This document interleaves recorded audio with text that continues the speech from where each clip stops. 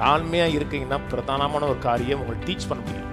நீங்கள் சொல்லி கொடுப்பதற்கு இணங்கவில்லைன்னா நீங்கள் பெருமை இருக்குன்னு.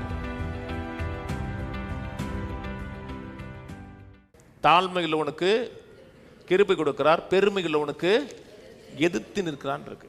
பெருமை கிருபைக்கு எதிரி, தாழ்மை கிருபைக்கு ஃப்ரெண்டு. பெருமைகள் உனக்கு ஏத்து நிற்கிறார், தாழ்மையில் உனக்கு கிருபை கொடுக்குற. பெருமைன்னு என்ன? ரொம்ப பேருக்கு பெருமைன்னா என்னன்னு தெரியாது. செல்ஃப் சென்டர்னஸ் தாங்க பெருமை. சுயத்தை மையமாக வச்சு வாழ்றது, நான், எனது, என்னுடைய, அதான் பெருமை. கர்வம் ஆணவத்தில் இருக்கிறது. ஆணவத்தில் ஆடாதராங்கிறான் பார்த்தீங்களா? யாரும் எனக்கு ஒன்றும் சொல்ல வேணாம், எல்லாம் எங்களுக்கு தெரியும், எங்களுக்கு தெரியாத சொல்லிக் கொடுக்க போறீங்க, அது என்னது? பெருமை. எனக்கு எல்லாம் தெரியும், பைபிள் சொல்லும், ஆனால் எங்கள் தாத்தா இப்படி தானே சொன்னார், பைபிள் சொல்லும், சயின்ஸு தானே சொல்லுது, அப்படின்னா உங்களுக்கு பெருமை இருக்குன்னு அர்த்தம்.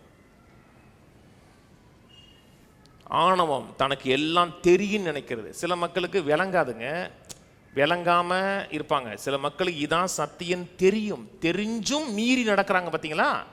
அதான் ஆணவம். பிரேடுன்னா செல்ஃப் சென்டர்னஸ் மட்டும் இல்லை, இண்டிபெண்டன்ட் ஆஃப் காட், தேவனை விட்டு சுதந்திரமாக செயல்படுவது. அவர் என்ன சொல்றது நான் என்ன சொல்றது. தாழ்மைன்னா டோட்டல் டிபெண்டன்ஸ் ஆஃப் காட், கத்தரிடத்தில் டோட்டலாக கத்தரை நம்பி வாழ்றது.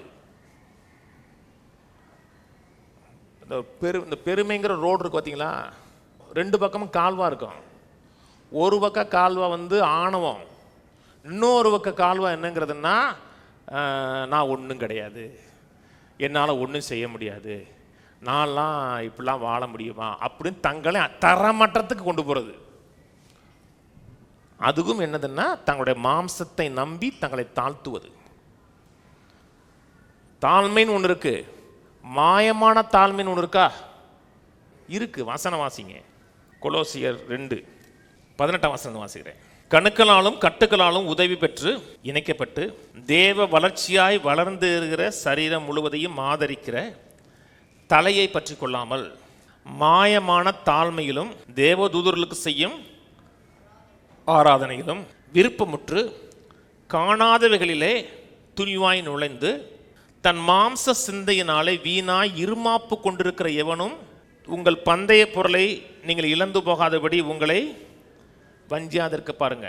இருமாப்பா இருக்கிறது என்னதுன்னா மாயமான தாழ்மை, அது அரகன்ஸ்ல இருப்பது. கீழே நீங்கள் கிறிஸ்துவுடனே கூட உலகத்தின் வழிபாடுகளுக்கு மரித்ததுண்டானால் இன்னும் உலக வழக்கத்தின்படி பிழைக்கிறவர்கள் போல மனுஷனுடைய கற்பனையின்படியும் போதனையின்படியும் நடந்து தொடாதே, ருசி பாராதே, தீண்டாதே என்கிற கட்டளைகளுக்கு உட்படுகிறது என்ன? இவையெல்லாம் அனுபவிக்கிறதுனாலே அழிந்து போகும். இப்படிப்பட்ட போதனைகள் சுய இஷ்டமான ஆராதனையும் மாயமான தாழ்மையும் சரீர ஒடுக்குதலையும் பற்றி ஞானம் என்கிற பேர் கொண்டிருந்தாலும் இவைகள் மாம்சத்தை பேணுகிறதற்கே ஒழிய மற்றொன்றுக்கும் ஒன்றும் பிரயோஜனப்படாது. இன்னைக்கு எத்தனை பேர் கிறிஸ்தவத்தில் கரிமீன் சாப்பிடக்கூடாங்கிறான். கரிமீன் சாப்பிட்டோம்னா பெருமை வந்துருங்கிறான். கறிக்கும் பெருமைக்கும் என்ன சம்மந்தம் இருக்கு? என்ன சம்மந்தம் இருக்கு? கரிமீனா சாப்பிட்டீங்கன்னா கொழுப்பு வரும். எங்கே வரும்னா பாடியில் தான் வரும், மைண்டில் வராது. அது என்ன சொல்றாங்கன்னா அது மாயமானமான தாழ்மைங்கிறாங்க. அது தாழ்மை இல்லை, அது ஒரு பெருமை. நாங்கள் எல்லாத்தையும் ஒப்பு கொடுத்துட்டோம், விட்டுட்டோம், அதனால நாங்கள் பரிசுத்தவான் நினைச்சிங்கன்னா அது தாழ்மை இல்லை, பெருமை. நான் சொன்னது புரியுதுங்களா? அப்படிப்பட்டவனுக்கு கிருபை கிடைக்காதுங்க, கர்த்தர் எதிர்த்து நிற்பாருங்க. பெருமைனா செல்ஃப் சென்டர்னஸ், தாழ்மைனா காட் சென்டர்னஸ். ஒவ்வொரு காரியத்தையும் கர்த்தர்ட்ட கேட்டு செய்கிறது. இதை குறித்து கர்த்தர் என்ன சொல்றார், வசனம் என்ன சொல்றது, அப்படி கேட்கறது எல்லாம் கவனிங்க. நீங்கள் உங்களே உயர்த்துனீங்கன்னு வச்சுங்களேன், உங்களுடைய செயல்பாடுகள் மூலமாக கர்த்தருக்கு தான் உயர்த்தல நினைச்சோம்னா நீங்கள் அவர் வேலையை நீங்கள் செய்கிறீங்க. நான் சொல்றது புரியுதுங்களா?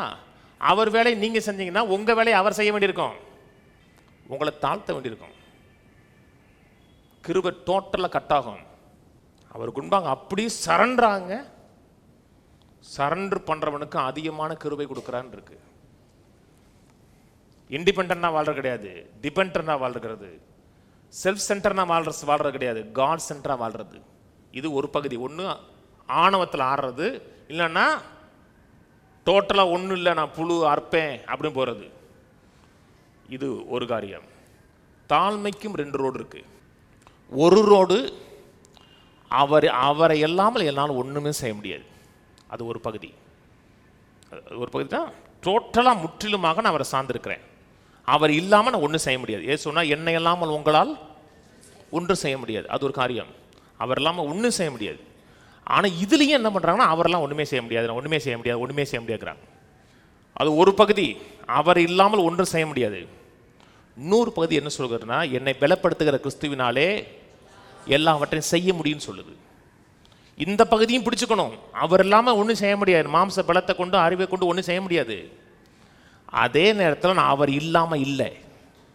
அவர் எனக்குள்ள இருக்கிறார், என்னில் வாசமாக இருக்கிறார். அவர் என்னை கொண்டு என்ன செய்யணும்னு சொன்னாரோ அதை செய்ய முடியும்.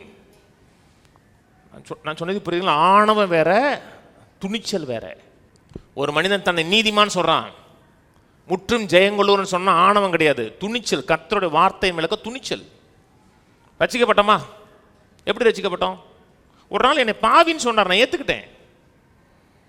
அவன் நான் பாவி தாங்க, என்னுடைய செயல்பாடுக்கு முன்னாடி ரட்சிக்கப்பட்டோம்னு ஏற்றுக்கிட்டேன். அவருக்கு முன்னாடி நான் சரண்டர் பண்ணேன். இப்படி பாவியாக இருந்த ரட்சிக்கப்பட்ட என்னை பார்த்து சொன்னார் தேவனுடைய பிள்ளைன்னு சொன்னார். அதையும் நான் ஏற்றுக்கிறேன். எப்படி பாவின்னு சொல்லும் போது நான் ஏற்றுக்கிட்டனோ அதே மாதிரி நான் தேவனுடைய பிள்ளைன்னு சொல்லும் போது ஏற்றுக்கிறேன்.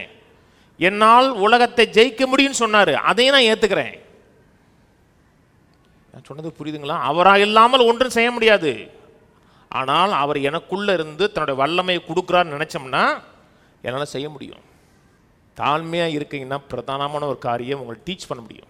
நீங்கள் சொல்லி கொடுப்பதற்கு இணங்கவில்லைன்னா நீங்கள் பெருமை இருக்குன்னு அர்த்தம்.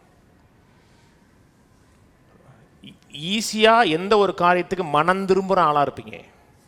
தவறு பண்ணிட்டீங்கன்னா சாரின்னு சொல்லக்கூடிய ஆளாக இருப்பீங்க.